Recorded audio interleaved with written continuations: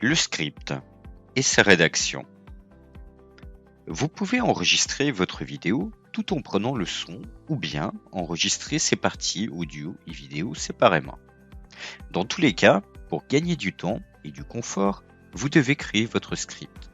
En effet, vous serez nettement plus efficace lors de l'enregistrement. Pour la rédaction du script, l'une des choses les plus importantes est de tout écrire. Oui, absolument tout mettre par écrit, les pauses, les enchaînements, les transitions, etc. En détaillant votre script au maximum, vous gagnerez un temps fou lors des enregistrements. Voici quelques préconisations.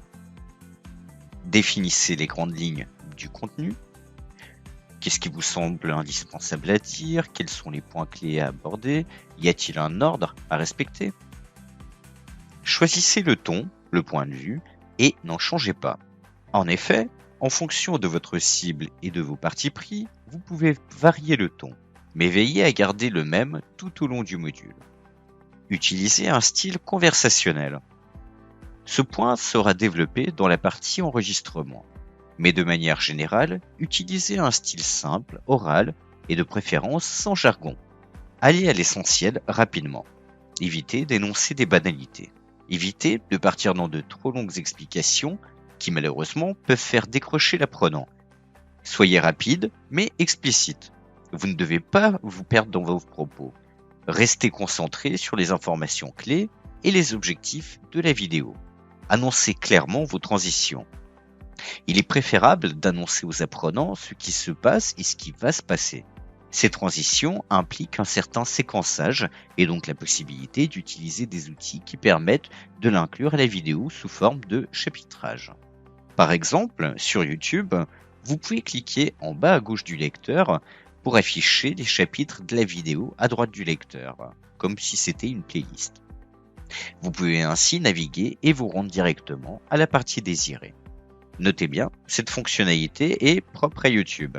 Cela ne va pas forcément marcher si l'on consulte les vidéos à partir d'un autre endroit. Enfin, pensez au ratio 130:1. En effet, pendant l'écriture, rappelez-vous simplement que 130 mots correspondent à peu près à 1 minute d'enregistrement audio. Bien sûr, cela dépend de la personne qui effectue l'enregistrement, de son débit, de son ton, etc. Notez que parfois l'audio est absolument nécessaire pour compléter un visuel, alors que parfois le texte suffit à lui-même. À vous de juger. La mise en forme du script. Voici quelques astuces pour utiliser un script efficacement pour éviter de le lire mot pour mot. Vous allez sûrement imprimer ce script pour l'utiliser. Les éléments qu'il contient doivent être facilement repérables, sans perturber la personne qui s'en sert. Pour cela, vous pouvez faire un enregistrement d'essai. On ne perçoit pas de la même manière les informations à l'écrit et à l'oral. En plus de vous entraîner, et donc d'avoir un enregistrement plus fluide, vous allez vous rendre compte de certaines choses. S'il y a des mots ou des tournures qui ne sont pas adaptés, si le rythme est correct, etc. Ajoutez des indications de prononciation, comme par exemple les pauses, les intonations, etc. En fait, tout ce qui peut vous aider à avoir un enregistrement clair et fluide. Soyez clair sur les sigles et les acronymes. Tous ne vont pas les connaître et il faudra systématiquement penser à leur définition. Pensez à aérer votre script. Il est évidemment plus simple d'utiliser un document aéré et structuré, surtout si on ne veut pas donner l'impression de le lire.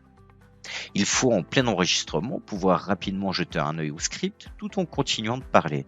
Cela est très difficile si on utilise par exemple une page A4 remplie d'un bloc unique de texte. Pensez à faire des sauts de ligne, à utiliser des puces.